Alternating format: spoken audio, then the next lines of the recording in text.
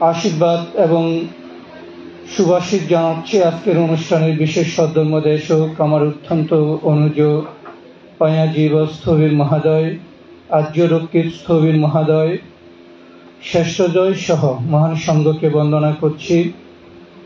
উপাসিকা সাধনা বড়ুয়া এবং তৎ সন্তান বিমল বড়ুয়ার পারলৌকিক সদ্গতি কামনায় আমার বিক্ষুব্ধ জীবনের সকল পুণ্যরাশি দান দিচ্ছি। আপনারা গ্রহণ করে সুখী হন। বলতে গেলে এই পরিবারের জন্য আজকের এই দিনটি অত্যন্ত বেদনাবিধুর, অত্যন্ত কষ্টদায়ক, অত্যন্ত বেদনাদায়ক। তারপরে বুদ্ধ বলেন, পুত্তমার্থী ধনমার্থী ইতি বালবিয়মিতি আত্মাহি আত্মানুনার্থী কুত কুত কুত ধনান্তি। ধর্মপথ বৌদ্ধ শাস্ত্রের এক বিশাল স্থান দখল করে আছে। আমাদের এই ধর্মপথে স্বয়ং তথাগত বুদ্ধ বলেন, আমার পুত্র আছে, আমার কন্যা আছে, আমার ধন দৌলত প্রাচুর্য আছে। এই বলে বাললোক, মূর্খ লোক, অজ্ঞানী লোক প্রতিনিয়ত অহংকার করে থাকে। যেখানে আমি আমার নহি, যেখানে আপনি আপনার নহেন, সেখানে ধন বলেন, দৌলত বলেন, অর্থবিত্ত সম্পত্তি বলেন, কি করে আপনার বা আমার হয়? ধরুন, এর উপমা স্বরূপ যদি বলি, উপাসিকা সাধনা বড়ুয়া যখন বধূ সেজে এই ঘরে এসেছিলেন, তিনি বলতেন, এটা আমার স্বামী। আমার মাও বলতেন, এটা আমার স্বামী। উপাসিকা সাধনা বড়ুয়ার স্বামী সাধনা বড়ুয়াকে বলতেন, এটা আমার স্ত্রী। আমার বাবাও বলতেন, এটা আমার স্ত্রী। বলতেন না? আপনারা যারা আছেন বলতেন না, এটা আমার স্বামী, আমার স্ত্রী? আপনারা বলেন না, এটা আমার ঘর, এটা আমার বাড়ি? বলেন না, এটা আমার সন্তান? অর্থাৎ আমার আমার আমার। আদৌ কি আমার? আদৌ কি আমার? আসলে তো আমার নয়। যদি এই বিমল বড়ুয়া সত্যিকার অর্থে সাধনা বড়ুয়ার হতেন, তাহলে কেন তিনি মাকে রেখে সন্তান মৃত্যুবরণ করেছেন? কিংবা সাধনা বড়ুয়া কেন তার নাতি নাতনি পুত্র বধূকে রেখে মৃত্যুবরণ করেছেন? এই সংসারকে গোছানোর জন্য, এই সংসারকে রক্ষা করার জন্য, এই সংসারকে ভরণ পোষণ দেওয়ার জন্য সাধনা বড়ুয়া অক্লান্ত পরিশ্রম করেছেন। করেননি? অক্লান্ত পরিশ্রম করেছেন। নিজে খাননি, তিনি পুত্রকে খাইয়েছেন। নিজের রোগে কষ্ট পেয়েছেন, চিকিৎসা করেননি, পুত্রের চিকিৎসা করেছেন। নিজে অনাহারে পুরন কাপড় চোপড় পরেছেন, ছেলেকেই উৎকৃষ্ট উত্তম কাপড় দিয়েছেন। কেন? আমার সন্তান, আমার সন্তান ভালো থাকুক। ঠিক না? আমার সন্তান করতে করতে সাধনা বড়ুয়া কখন যে তার আয়ু পারমিক শেষ করে ফেলেছেন, সেটা সাধনা বড়ুয়া নিজেই অবলোকন করতে পারেননি। তার আয়ু পারমিক শেষ হয়েছে, তার পুণ্য পারমিক শেষ হয়েছে, তিনি মৃত্যুবরণ করছেন। এই জন্য তথাগত বলেন, আত্মাহি আত্মানুনার্থী কুত পুত কুত ধনান্তি। যে আমি আমার আমার করি, আপনি আপনি আপনার আপনার করেন। আদৌ কি এই পুত্র, এই কন্যা, এই সম্পদ, এই বাড়ি, এই অর্থ, এই বৃত্ত, এগুলি কি আমার? না। যদি আমার হতো, তাহলে আমি আমার সাথে এগুলোকে নিয়ে আসিনি কেন? যদি আমার হতো, আমি যখন চলে যাচ্ছি, এগুলো আমার সাথে যাচ্ছে না কেন? আপনারা সম্রাট আলেকজান্ডারের কথা শুনেছেন? প্রখ্যাত আলেকজান্ডার, বিশাল শক্তিশালী। উনি যদি চেষ্টা করতেন বা চাইতেন, তার পার্শ্ববর্তী যত রাজা আছে সবগুলোকে হত্যা করে তিনি ওই রাজ্য দখল করে নিতেন। উনি যদি চান, কোনো একটা কন্যা, তার মেয়ে সুন্দর লেগেছে, উনি এটাকে তুলে নিয়ে এসেছেন। উনি যদি চেয়েছেন, কোনো এক ধনীর অট্টালিকা ধন আছে, উনি মুহূর্তে তার শক্তি দিয়ে সেগুলি কেড়ে নিয়ে এসেছেন। অর্থাৎ আলেকজান্ডার ছিলেন প্রখ্যাত ক্ষমতাধর একজন ব্যক্তি। তিনি যখন যা চাইতেন তিনি তাই করতেন। এই আলেকজান্ডার এক সময় দুরারোগ্য রোগে আক্রান্ত হয়েছে। দুরারোগ্য রোগে যখন আক্রান্ত হয়েছে, বেঁচে থাকার জন্য কেন চাই? আমি চাই না, আপনি চান না? জগতের যিনি তির্যক প্রাণী, তিনিও কিন্তু বেঁচে থাকার জন্য চান, এবং তিনিও কিন্তু তার প্রাণের প্রতি ভালোবাসা উজাড় করে দেন না? এই আলেকজান্ডার যখন বৃদ্ধ হয়েছেন, তার যখন দুরারোগ্য রোগ হয়েছে, তখন তিনি বেঁচে থাকার জন্য যত উন্নত চিকিৎসা আছে চিকিৎসা বিদ্যা আছে সবগুলো তিনি প্রয়োগ করেছেন, কিন্তু কোনো ডাক্তার তার রোগ ধরতে পারেনি। এক পর্যায়ে ডাক্তার তাকে বলেছেন, মহারাজ আপনার মৃত্যু অনিবার্য, আপনার রোগের কোনো চিকিৎসা আমাদের কাছে নাই, সুতরাং আপনি আমাদের ক্ষমা করে দিন। আলেকজান্ডার ভয় পেয়েছে, ওহো আমি মৃত্যুবরণ করব। তিনি ভয় পেয়েছেন, ভয়ে আতঙ্ক লাভ করেছেন। এক সময় যখন তিনি ভয়ে ভয়ে আরো দুর্বল হয়ে যাচ্ছেন, তিনি বুঝতে পারছেন অচিরেই তিনি মৃত্যুবরণ করবেন। তখন এই আলেকজান্ডার তার সেনাপতিকে ডাকলো, এই সেনাপতি, আমি মৃত্যুবরণ করব। আমি যখন মৃত্যুবরণ করব, আমার মৃত্যুর পর তোমাকে 4টি সত্য পূর্ণতা দিতে হবে, 3টি সত্য পূর্ণতা দিতে হবে।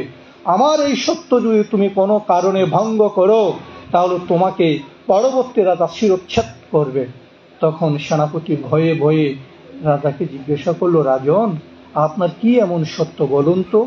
বলছে সেনাপতি, আমি যখন মরে যাই, মনে রাখবে আমার ডেড বডির কফিনটা বহন করবে শুধুমাত্র ডাক্তার। বুঝতে পারছেন? দেখুন কি কথা, যে আমি যদি মরে যাই, আমার কফিনটা কে গোরস্থানে নিয়ে যাবে, শ্মশানে নিয়ে যাবে? ডাক্তার। ঠিক আছে রাজন, আপনার কফিন গোরস্থানে ডাক্তার নিয়ে যাবে। সেনাপতি, আমার দ্বিতীয় একটা সত্য আছে। হ্যাঁ রাজন বলুন, কি সত্য? বলছে, দুই পাশে, অর্থাৎ আমার যে কফিন আছে, কফির দুই পাশে ছিদ্র করে আমার 2 হাত ভেঙে ঝুলিয়ে দিতে হবে। অবাক কথা না? কফিনের 2 পাশে ছিদ্র করে 2 হাত ভেঙে ঝুলিয়ে দিতে বলেছে। তখন সেনাপতি একটু অবাক হয়েছেন, বলছেন, ঠিক আছে রাজা, আমি সেটাই করব। হে সেনাপতি, আমার আরো একটা সত্য আছে। কি রাজন? বলছে, রাজপ্রাসাদ থেকে গোরস্থান পর্যন্ত মণি মুক্তা ছিটিয়ে ছিটিয়ে আমার কফিন তোমরা নিয়ে যাবে। ঠিক আছে রাজন, সেটাই করব। তখন সেনাপতি ভয়ে রাজাকে জিজ্ঞাসা করলেন, ও হে রাজন, মানুষের মৃত্যুর আগে কত ভালো ভালো ইচ্ছা থাকে। সে ভালো খাবে, সে ধর্ম চর্চা করবে, সেই বিনয়ী হবে, সে পুণ্যকর্ম করবে। আপনার এই আশ্চর্য এই 3টি সত্য কেন আপনি দিলেন? তখন সম্রাট বললেন, হে সেনাপতি, আমি পৃথিবীর মানুষকে শিক্ষা দিতে চাই। আমি পৃথিবীর মানুষকে 3টি সত্য সম্পর্কে উপলব্ধি করিয়ে যেতে চাই। কি সেই 3টি সত্য? বলছে, আমরা যখন রোগে আক্রান্ত হই, আমরা বাঁচার জন্য ডাক্তারের কাছে ছুটে যাই না? আচ্ছা, আমার যখন আয়ু পারমি শেষ হবে, আমার যখন পুণ্য পারমি শেষ হবে, পৃথিবীর কোনো ডাক্তার আমাকে বাঁচাতে পারবে? বলেন তো? না, বাঁচাতে পারবে না। তবে আমার রোগ উপশম হওয়ার জন্য কিছুটাই আমাকে সহযোগিতা করতে পারবে এই মাত্র। এর বাইরে কোনো ডাক্তার সারাটা জীবন অনন্তকাল আমাকে বাঁচিয়ে রাখার তার কোনো শক্তি নাই। সুতরাং পৃথিবীর মানুষকে আমি শিক্ষা দিতে চাই, ডাক্তারও মানুষকে বাঁচিয়ে রাখতে পারে না। এই চরম সত্য আমি পৃথিবীর মানুষকেই বোঝাতে চাই। রাজন, আপনার 2 হাত ভেঙে ঝুলিয়ে দিতে হবে কেন? তখন সেনাপতির প্রশ্নের উত্তরে সম্রাট আলেকজান্ডার বলছে, যে এই 2 হাত আমি কত শক্তি প্রয়োগ করেছি, আমি এই 2 হাত দিয়ে কত মানুষ হত্যা করেছি, এই 2 হাত দিয়ে আমি কত পাপিষ্ঠ কাজ করেছি। আমি জাতিতে জাতিতে দ্বন্দ্ব লাগিয়েছি, পরিবারে পরিবারে দ্বন্দ্ব লাগিয়েছি, সমাজে সমাজে দ্বন্দ্ব লাগিয়েছি, দেশে দেশে যুদ্ধ বাজিয়েছি। আমরা করি না সেটা? ভাইয়ে ভাইয়ে দ্বন্দ্ব, পরিবারে পরিবারে দ্বন্দ্ব, সমাজে সমাজে দ্বন্দ্ব, শত্রুতে শত্রুতে দ্বন্দ্ব, ভিক্ষুদের মধ্যে ভিক্ষুদের দ্বন্দ্ব আছে না? আমাদের মধ্যে দ্বন্দ্বগুলি আছে না? তখন আলেকজান্ডার বলেছে, আমি কত কিছু করেছি এই 2 হাত দিয়ে, এই 2 হাত দিয়ে আমি কত ক্ষমতা প্রয়োগ করেছি, অথচ আমি এই 2 হাত দিয়ে আমার মৃত্যুকে রোধ করতে পারিনি। আমার এই 2 হাতের মূল্য কোথায়? অথচ ঘুষ বলেন, চুরি বলেন, ব্যভিচার বলেন, মিথ্যা, সব কিছু আমরা 2 হাত দিয়ে করি না? বলছে, আমার মৃত্যুকে আমি 2 হাত দিয়ে রোধ করতে পারিনি, অথচ এই 2 হাত দিয়ে আমি কি না করেছি। আসলে সেনাপতি অবাক হয়েছে, হ্যাঁ সম্রাট তো ঠিকই বলেছেন। আচ্ছা সম্রাট, রাজপ্রাসাদ থেকে গোরস্থান পর্যন্ত ধন দৌলতগুলি কেন ছিটিয়ে দিতে হবে? বলছে, এই ধন দৌলত মণি মুক্তা অর্জন করার জন্য আমি চুরি করেছি, ডাকাতি করেছি, ব্যভিচার করেছি, হত্যা করেছি, মিথ্যা বলেছি, পরচর্চা করেছি, প্রতিহিংসা পরায়ণ হয়েছি। কেন? শুধুমাত্র কিছু অর্থের জন্য, কিছু খাওয়ার জন্য, কিছু পাওয়ার জন্য।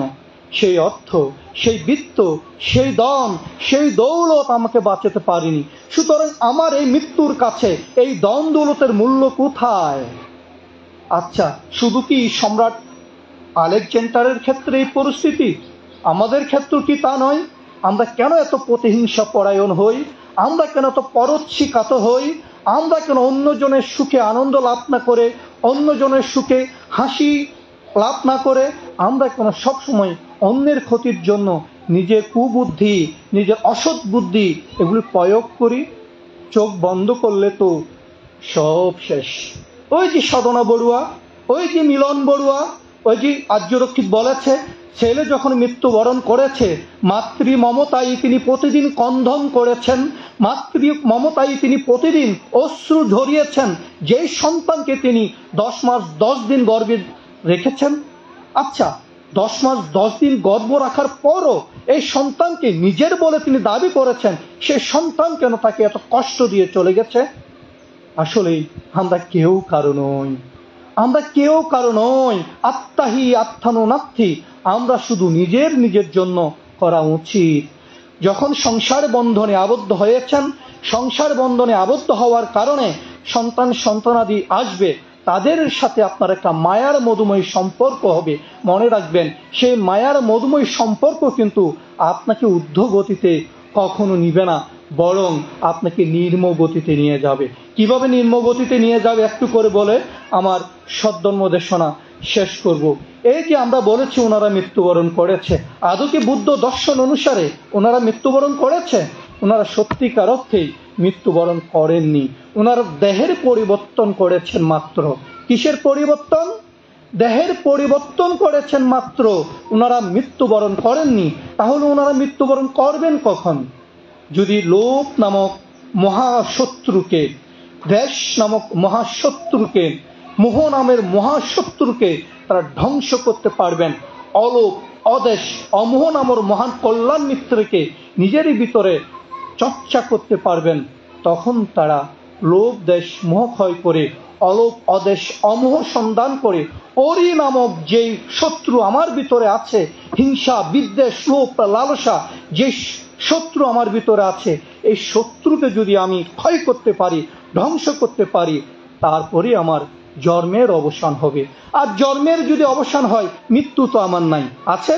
সুতরাং সকল ওরিকে যিনি ছেদন করেছেন, লোভ দেশ মোহকে যিনি ছেদন করেছেন, সকল প্রকার পাপ পুণ্যের ঊর্ধ্বে যিনি চলে গেছেন, অরহত মার্গ যিনি লাভ করেছেন, তিনি মৃত্যুকে রোধ করেছেন, তিনি জন্মকে রোধ করেছেন, তিনি জন্ম মৃত্যু রোধ করে এই জন্ম মৃত্যুর ঊর্ধ্বে নিব্বাণে চলে গেছেন। নয়তোবা এই দুজনেই মৃত্যুবরণ করেননি। 31 লোকভূমির কোনো একটা স্থানে তারা পরবর্তীতে প্রতিসন্ধি গ্রহণ করেছে। এটাই চলমান সত্য। উপাসক উপাসিকা মণ্ডলী, সময় আসলে নেই। যেই কথা আমরা বলছি বা আমি বলতে চাই, সেটা হচ্ছে মানুষ মৃত্যুর পর বড় বড় সঙ্গদান করে, অষ্ট পরিষ্কার দান করে না। আমি আমার চোখের দেখা থেকে বলছি, মায়ের খবর নেয়নি, বাবার খবর নেয়নি, তারা বৃদ্ধ বৃদ্ধা দুইজন খুব কষ্ট করে জীবন ধারণ করেছে। তারা খেতে পেরেছে অনেক সময়, খেতে পারেনি অনেক সময়, রোগের সময় কোনো চিকিৎসা পায়নি, তারা কোনো সহযোগিতা পায়নি, বৃদ্ধকালে কোনো তার সেবা পূজা পায়নি। কিন্তু মৃত্যুর পর তাদের সন্তানেরা বড় বড় সঙ্গদান করেছে, অষ্ট পরিষ্কার দান করেছে, গ্রামবাসী ডাড্ডুল বাজিয়ে তাদেরকে খাইয়েছে। আসলে একটা মানুষ যদি জীবদ্দশায় শ্রদ্ধা না পায়, একটা মানুষ যদি জীবদ্দশায় ভরণ পোষণ না পায়, একটা মানুষ যদি জীবদ্দশায় চিকিৎসা সেবা না পায়, ওই মানুষটার জন্য মৃত্যুর পর বড় বড় সঙ্গদানের সার্থকতা কোথায়? আমি কোথাও খুঁজে পাই না।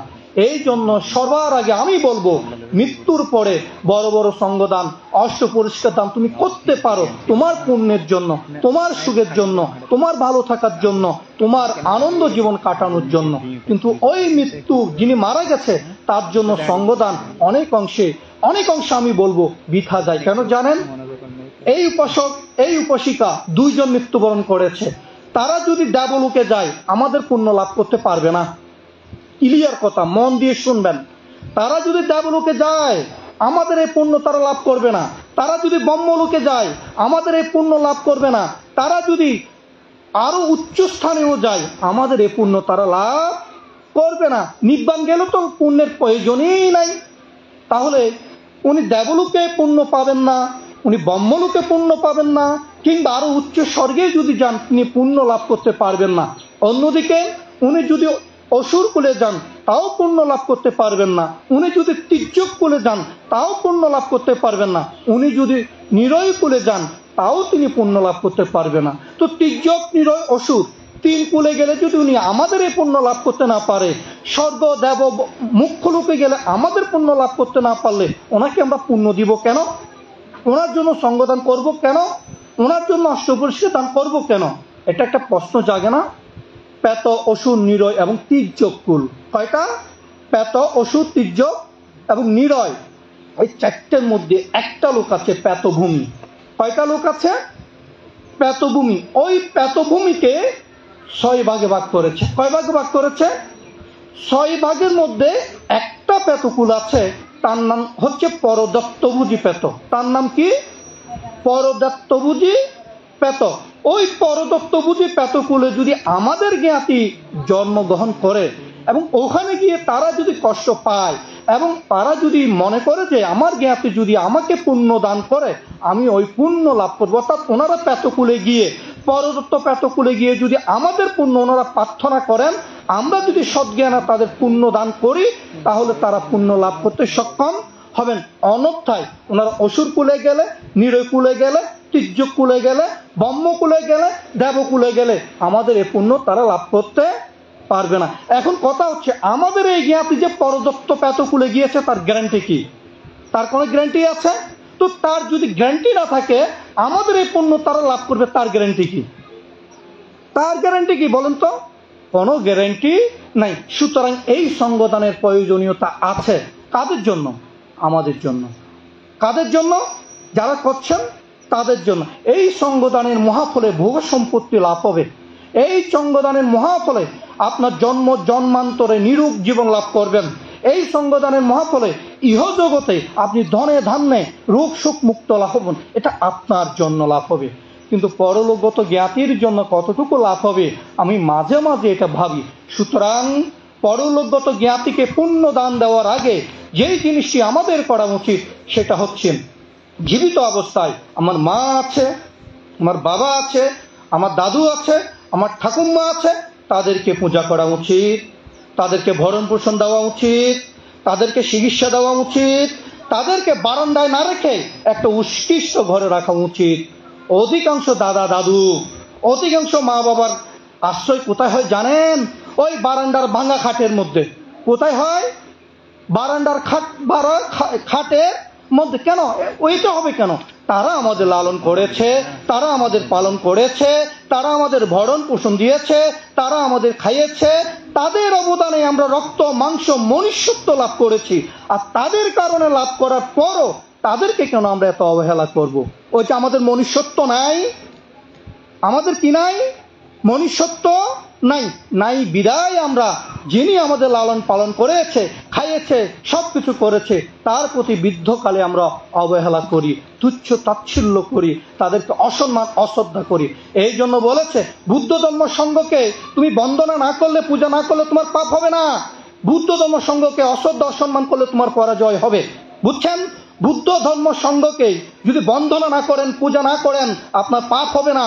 তবে তাদেরকে যদি অশ্রদ্ধা করেন, অসম্মান করেন, আপনার পরাজয় হবে, ধ্বংস হবেন। অন্যদিকে বলছেন মা বাবাকে বন্দনা না করলে আপনার পরাজয় হবে, খাদ্য পূজ্য না দিলেও পরাজয় হবে, অশ্রদ্ধা অসম্মান করলেও পরাজয় হবে। এই জন্য বুদ্ধ বলেছেন ব্রহ্মাতি মাতা পিতারও পূর্বে আচার্য উৎসরে, অর্থাৎ ব্রহ্ম সদৃশ্য মাতা, ব্রহ্ম সদৃশ্য পিতা, তার থেকে বড় দেবতা, তার থেকে বড় সৃষ্টিকর্তা, তার থেকে বড় ভগবান আর নাই। সুতরাং আমি যেটা বলতে চাই সেটা হচ্ছে জীবিত অবস্থায় মাকে পূজা করেন, জীবিত অবস্থায় বাবাকে পূজা করেন, জীবিত অবস্থায় দিদি ঠাকুমাকে পূজা করেন। আপনাদের সকলের জয়মঙ্গল হোক, আপনাদের জীবন আলোকিত হোক, আপনাদের জীবন চন্দ্রলোকের মতো উদ্ভাসিত হোক। উপাসক উপাসিকা দুইজন যদি পরদত্ত পেতকুলে গিয়ে জন্মগ্রহণ করে আমাদের এই পুণ্য লাভ করে তারা সুখী হোক, অশান্ত বিশ্বে শান্তি কামনা করি। এবং আমাদের মনের মধ্য থেকে যাতে লোভ দেশ মোহ ক্ষয় হয়, আমরা যাতে অলোপ অদেশ সমূহ সন্ধান করে নির্বাণ যেতে পারি, এই প্রত্যাশা রেখে আগুচালু সদ্ধর্ম দেশনা এখানে শেষ করলাম। সবাই ভালো থাকুন।